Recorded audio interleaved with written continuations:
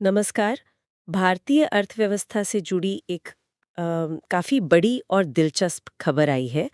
वित्त वर्ष 2025-26 की पहली तिमाही यानी अप्रैल से जून 2025 इसमें भारत की वास्तविक जीडीपी ग्रोथ रेट 7.5% दर्ज हुई है। और ये आंकड़ा इसलिए भी ज़रूरी है क्योंकि ये पिछले 5 क्वार्टर्स में सबसे तेज़ ग्रोथ है। तो आज हम इन्हीं आंकड़ों की तह में उतरेंगे। हमारे पास है राष्ट्रीय सांख्यिकी कार्यालय मतलब एनएसओ के जारी किए गए लेटेस्ट नंबर्स। और मकसद सिर्फ ये नंबर जानना नहीं बल्कि ये समझना है कि भाई इस ग्रोथ के पीछे क्या है, कौन से सेक्टर चल रहे हैं, कौन से नहीं, और इसका मतलब क्या है बड़ी पिक्चर में। तो चलिए शुरू करते हैं इसका विश्लेषण। बिल्कुल। और सबसे पहले हाँ, ये साफ करना जरूरी है कि ये जो 7.5% है, ये रियल जीडीपी ग्रोथ है। मतलब इसमें से महंगाई का असर वो हटा दिया गया है।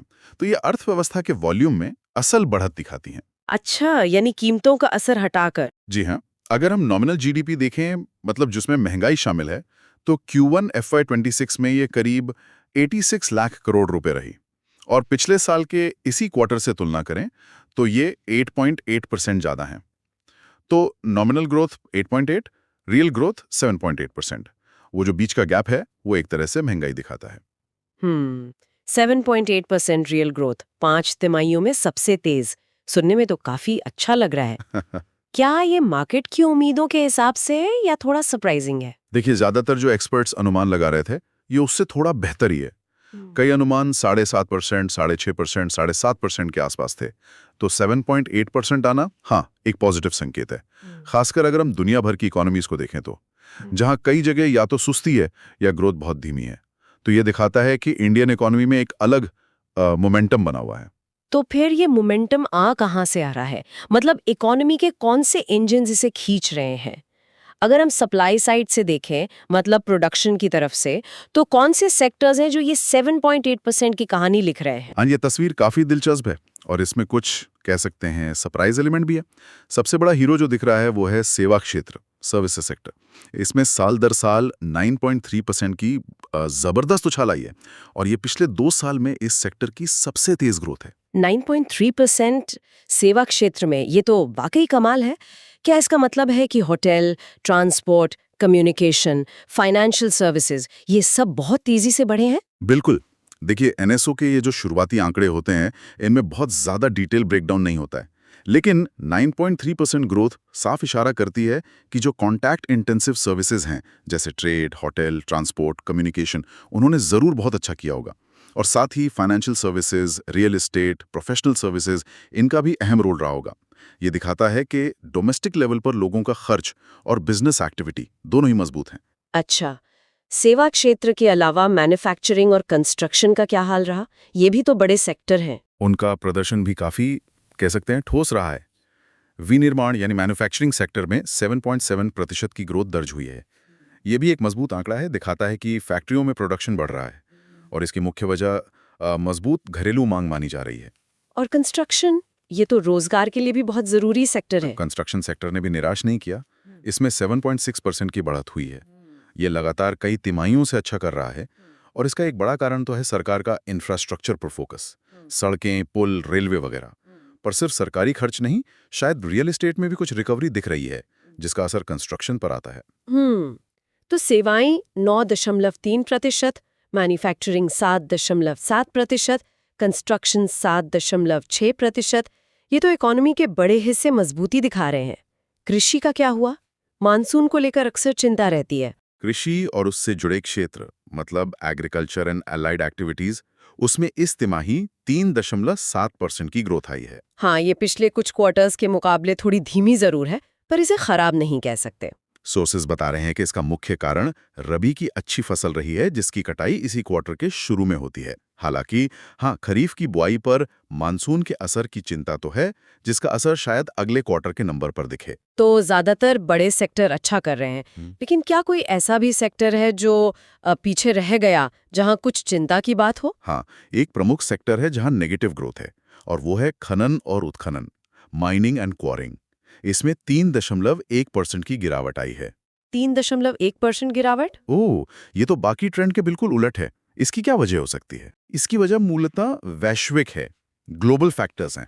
माइनिंग सेक्टर सीधे तौर पर ग्लोबल कमोडिटी मार्केट से जुड़ा होता है। कच्चे माल की कीमतें, उनकी मांग पिछले कुछ समय से दुनिया भर में कई इंडस्ट्रियल मेटल्स और दूसरी कमोडिटीज की कीमतों में या तो नरमी रही है या काफी उतार चढ़ाव रहा है।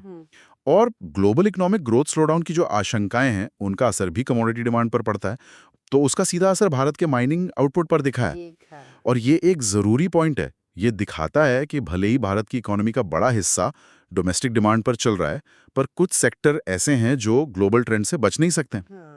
ये हमें याद दिलाता है कि हम एक ग्लोबल इकोनॉमी का हिस्सा हैं और बाहर के झटकों का असर वो पड़ सकता है, जैसे माइनिंग में दिख रहा है। ये तो हुई सप्लाई साइड की बात, मतलब प्रोडक्शन कहाँ से आ रहा है। अब सिक्के का दूसरा पहलू देखते हैं, डिमांड साइड। ये जो 7.8% की ग्रोथ है, इसके लिए खर्च कौन कर रहा है? क्या हम आप जैसे लोग ज्यादा खर्च कर रहे हैं, कंपनियां निवेश कर रही हैं, या सरकार का रोल ज्यादा है? हाँ, ये एनालिसिस भी उतना ही जरूरी है, क्योंकि आखिर प्रोडक्शन तभी बढ़ेगा जब उसे कोई खरीदेगा। और यहाँ भी तस्वीर काफी सकारात्मक है और ये दिखाती है कि ग्रोथ का बेस काफी फैला हुआ है, ब्रॉड बेस्ड है। सबसे बड़ा कंपोनेंट होता है private final consumption expenditure, PFCE। आम भाषा में कहें तो लोगों का खर्च, जो हम सब खाने पीने, कपड़े, घर, गाड़ी, पढ़ाई, हेल्थ, मनोरंजन, इन सब पर करते हैं। जीडीपी में इसका हिस्सा करीब 55-60% होता है। इस तिमाही में PFCE 7.5% बढ़ा है। 7.5% PFCE ग्रोथ सुनने में तो अच्छा है, लेकिन क्या ये वाकई मतलब दमदार माना जाएगा, खासकर महंगाई को भी ध्यान में रखते हुए? क्या लोग असल में ज्यादा चीजें खरीद रहे हैं? ये बहुत वाजिब सवाल है। देखिए, 7.0% की वास्तविक ग्रोथ, मतलब महंगाई हटाने के बाद, निश्चित रूप से एक हेल्दी साइन है। ये दिखाता है कि बढ़ती कीमतों के बावजूद लोगों की खर्च करने की क्षमता और इच्छा दोनों बनी नहीं है। हालांकि ये पिछली कुछ तिमाहियों की तुलना में कोई बहुत एक्स्ट्रॉर्डिनरी जंप नहीं है, लेकिन ये इकोनॉमी को एक सॉलिड बेस जरूर देता है। ये दिखाता है कि कंज्यूमर कॉन्फिडेंस बना हुआ है। हालांकि कुछ चिंताएं शायद रूरल डिमांड को लेकर वो हो सकती हैं, जिनका और बारीक विश्लेषण करना होगा। ठीक है, तो आम लोगों का खर्च बढ़ रहा है। अब बात करते हैं निवेश की, इन्वेस्टमेंट की। फ्यूचर ग्रोथ के लिए तो ये बहुत जरूरी है। उसका क्या हाल है, जिसे हम gross fixed capital formation, GFCF कहते हैं? GFCF यानी सकल स्थायी पूंजी निर्माण, उसने भी बहुत प्रभावशाली प्रदर्शन किया है। इसमें 7.8% की वृद्धि दर्ज की गई है। इसका मतलब है कि कंपनियां और सरकार दोनों मिलकर नई मशीनरी, इक्विपमेंट, बिल्डिंग्स, इंफ्रास्ट्रक्चर जैसी फिक्स्ड एसेट्स में ज्यादा निवेश कर रहे हैं। 7.8% GFC ग्रोथ, ये तो GDP ग्रोथ के बराबर ही है। क्या इससे ये अंदाजा लगा सकते हैं कि इसमें प्राइवेट सेक्टर का निवेश बढ़ रहा है, या ये अभी भी सरकारी खर्च पर ज्यादा निर्भर है? ये एक महत्वपूर्ण सवाल है। ये जो शुरुआती आंकड़े हैं, ये GFCF का सरकारी और निजी ब्रेकडाउन नहीं देते, लेकिन हाल के ट्रेंड्स देखें तो सरकारी कैपेक्स यानी कैपिटल एक्सपेंडिचर वो तो मजबूत बना ही हुआ है, खासकर इंफ्रा पर। साथ ही कॉर्पोरेट सेक्टर की बैलेंस शीट सुधारने और कैपेसिटी यूटिलाइजेशन बढ़ने से प्राइवेट इन्वेस्टमेंट में भी धीरे धीरे सुधार के संकेत मिल रहे थे। तो ये 7.8% की ग्रोथ उम्मीद जगाती है कि शायद प्राइवेट इन्वेस्टमेंट साइकिल भी अब रफ्तार पकड़ रही है। हालांकि इसकी पुष्टि के लिए और डेटा देखना होगा, पर हाई GFCF भविष्य की प्रोडक्टिविटी और ग्रोथ पोटेंशियल के लिए बहुत अच्छा संकेत है। तो लोगों का खर्च PFCE 7.0% बढ़ा, निवेश GFCF 7.8% बढ़ा। अब तीसरा अहम हिस्सा बचा सरकारी खर्च, यानी government final consumption expenditure, GFCE। सरकार ने कितना खर्च किया? नॉमिनल टर्म्स में, मतलब मौजूदा कीमतों पर, सरकारी अंतिम उपभोग व्यय GFCE 9.7% बढ़ा है। इसमें सरकारी कर्मचारियों की सैलरी वगैरह और सरकार जो गुड्स एंड सर्विसेज खरीदती है वो शामिल होता है।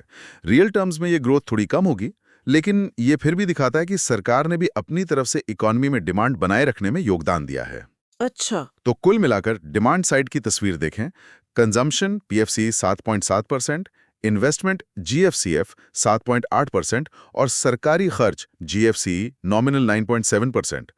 तीनों ही ग्रोथ में पॉजिटिव योगदान दे रहे हैं। ये एक बैलेंस्ड डिमांड लेड ग्रोथ का संकेत है, जो सिर्फ एक इंजन पर डिपेंडेंट नहीं है। बिल्कुल, और शायद इसी बैलेंस और मजबूती को आर्थिक मामलों की सचिव अनुराधा ठाकुर ने भी महसूस किया है। उन्होंने इन आंकड़ों पर कमेंट करते हुए इन्हें भारतीय अर्थव्यवस्था के लचीलेपन और गति का संकेत बताया है। हाँ, उनका ये कहना काफी हद तक सही लगता है, खासकर जब हम इन आंकड़ों को ग्लोबल कॉन्टेक्स्ट में देखते हैं। ये 7.8% की ग्रोथ ऐसे समय में आई है जब दुनिया भर में कई चुनौतियां मुंह बाए खड़ी हैं। ग्लोबल ग्रोथ धीमी पड़ने की आशंका है, कई डेवलप्ड देशों में महंगाई अभी भी चिंता का विषय है, और जियोपॉलिटिकल टेंशंस जैसे रूस यूक्रेन युद्ध वो लगातार अनिश्चितता बढ़ा रहे हैं। हम्म। इसके अलावा ट्रेड के मोर्चे पर भी तनाव कम नहीं है। सोर्स में जिक्र है कि हाल ही में अमेरिका ने भारत से आने वाले कुछ स्टील प्रोडक्ट्स और एल्यूमिनियम फॉइल जैसे सामानों पर 50% तक का भारी टैरिफ लगाया है। हालांकि इसका सीधा असर शायद अभी इन आंकड़ों में पूरी तरह ना दिखे, लेकिन ये उस मुश्किल ग्लोबल ट्रेड माहौल का संकेत है जिसमें भारत को ऑपरेट करना पड़ रहा है। तो इन सब ग्लोबल मुश्किलों और ट्रेड दिक्कतों के बावजूद 7.8% की ग्रोथ हासिल करना, ये क्या बताता है भारतीय अर्थव्यवस्था के बारे में? ये भारतीय अर्थव्यवस्था की एक बहुत बड़ी ताकत को दिखाता है, उसका विशाल और मजबूत घरेलू बाजार, डोमेस्टिक मार्केट। हमारी इकोनॉमी बाहरी दुनिया पर उतनी निर्भर नहीं है जितनी शायद कई दूसरी एशियन इकोनॉमीज हैं जो एक्सपोर्ट पर चलती हैं। हमारे यहाँ टोटल डिमांड का एक बहुत बड़ा हिस्सा, चाहे वो कंजम्पशन हो या इन्वेस्टमेंट, वो घर के अंदर से ही पैदा होता है।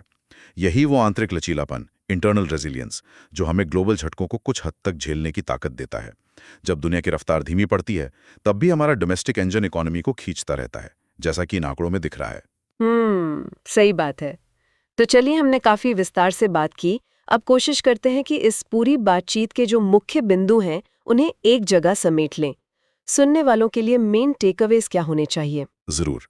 सबसे पहली और बड़ी बात, Q1 FY26 यानी अप्रैल-जून भारत की रियल जीडीपी 7.8% बढ़ी। ये पिछले सवा साल में सबसे तेज है और उम्मीदों से थोड़ा बेहतर। दूसरी बात, ये ग्रोथ काफी ब्रॉड बेस्ड लग रही है। सप्लाई साइड पर देखें तो सर्विसेज 9.3% ने जबरदस्त परफॉर्म किया।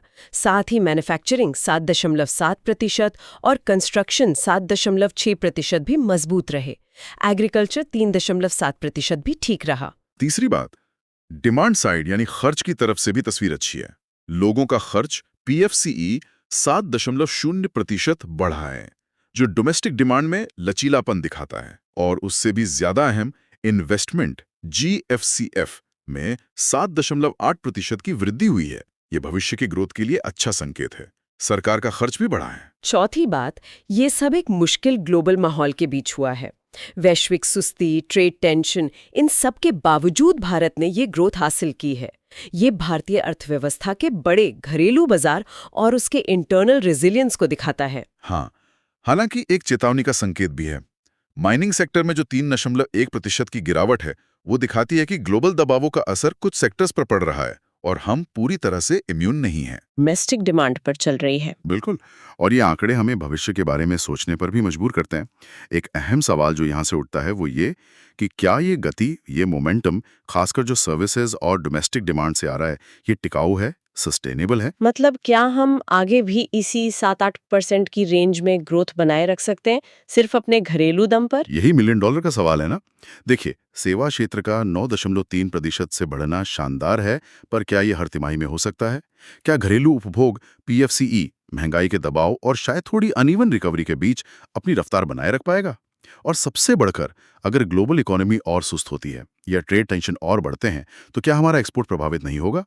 माइनिंग सेक्टर की गिरावट एक उदाहरण है कि ग्लोबल लिंकेज के अपने रिस्क हैं। इसलिए आगे बढ़ते हुए ये देखना जरूरी होगा कि क्या प्राइवेट इन्वेस्टमेंट वाकई और पिकअप करता है, क्या एक्सपोर्ट्स होल्ड कर पाते हैं और क्या रूरल डिमांड में सुधार होता है।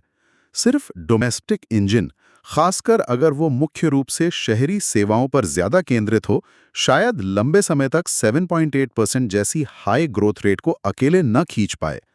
आने वाली तिमाहियों के आंकड़े इस तस्वीर को और साफ करेंगे कि ये लचीलापन कितना गहरा और टिकाऊ है। ये एक ऐसी कहानी है जिस पर लगातार नजर बनाए रखनी होगी।